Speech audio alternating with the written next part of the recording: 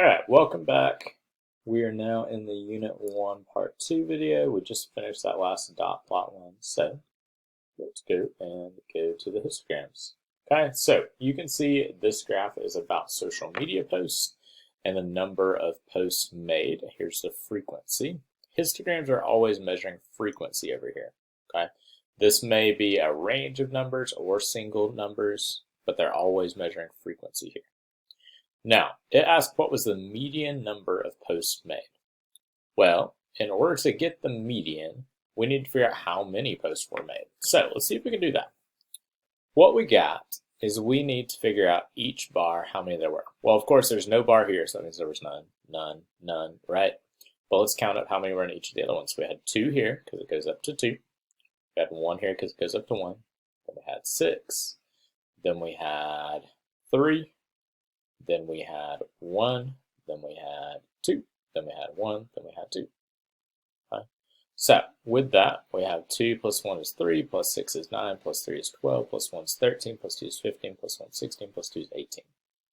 Now, if we have 18 values, okay, so in other words, we surveyed 18 students about the number of social media posts they had made, then that means half of 18 is 9, so it'd be in between the 9th and 10th value. Now, that means we need to figure out where the 9th and 10th value would be on here. So here's 2 values. Here's one more, so that makes 3 values. Here's 6. Okay, so 3 plus 6 is 9. Okay, and then 3 more, well, that would make it 12. So in between the 9th and 12th value, that means there would be 5 to 6 would be the median, right? And in fact, it'd be in between 5 and 6 because the 9th value was in here, 10th value was in here. And so that means in between 5 and 6 would be 5.5. So 5.5 would be our median there. Okay. All right, moving along down, I'll clear this. Now, this one says what was the range of the number of siblings. So there's some terminology you need to know. The range, remember, is the maximum minus the minimum. Okay, so the range is the maximum minus the minimum. Some other terminology that could come in handy from time to time is the IQR, or the interquartile range. And that's a different version of range. That is Q3 minus Q1. Okay? But for the range, it's just max minus min. So this one was about siblings. Looks like the person with the most number of siblings had 5 siblings, the least had 0. So that means we're just doing maximum was 5, subtract the minimum is 0. So the range would be 5. All right. Then let's look at one that is about quiz scores. So we had them in ranges of 10 values, looks like, from the 40s, 50s, 60s, 70s, 80s, 90s. And then it wanted to know how many students scored less than 50. Okay, less than, so smaller, than 50. So this bar wouldn't count because that's 50 to 59. Any of these are way higher, right? So less than 50, let's look at the only bar that we have less than 50, and it was this one. It goes up to 4. So we could say 4 students scored less than 50 points. So that one should have been pretty easy there. Now, notice that takes us to day 3. And so, if you have not already, go ahead and go to the Delta Math and do your 2 topics from the day 2. So the interpreting dot plots and interpreting histogram/bar charts. Go do that. All right, let's go ahead and do day 3 here. So we're going to look at measures of center, measures of spread, and the shape. Okay.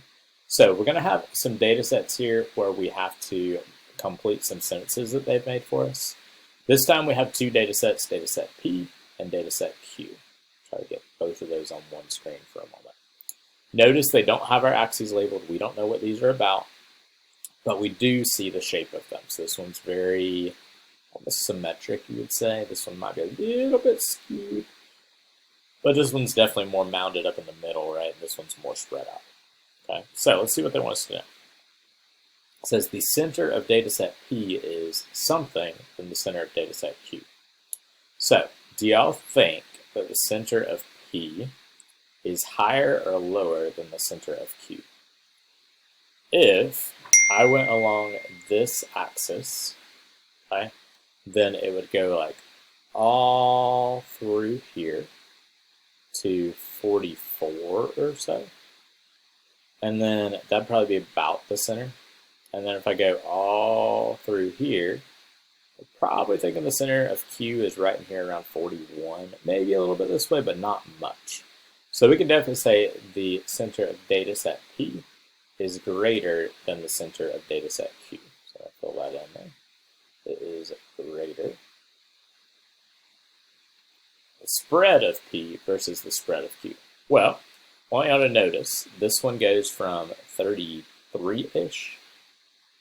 So let me unclick that. 33-ish. It will let me get back to my pen. To 50-ish. And then if we go back up to this other one, this one is going from 37-ish to 51-ish. So we said 37 to 50. Let me clear this. 37 to 50 versus, 37 to 51, versus 33 to 50. Well, this one would be 14 for our range. This one would be 17 for our range. Okay. And so we can say the spread of Q is greater than the spread of P. So how they write it is data set P is blank than the spread of data set Q. Okay. So we could say data set P was the one that was less spread out. Okay, so data set P is less spread than the spread of data set Q. Okay, so data set P is less spread than the spread of data set Q. Cool. All right, same deal, but this time we have box plots. Okay, so let's try to figure out the center. We know that the center of a box plot is measured by the median. So check it out. There's your median here, about 30. Here's your median here, about 33.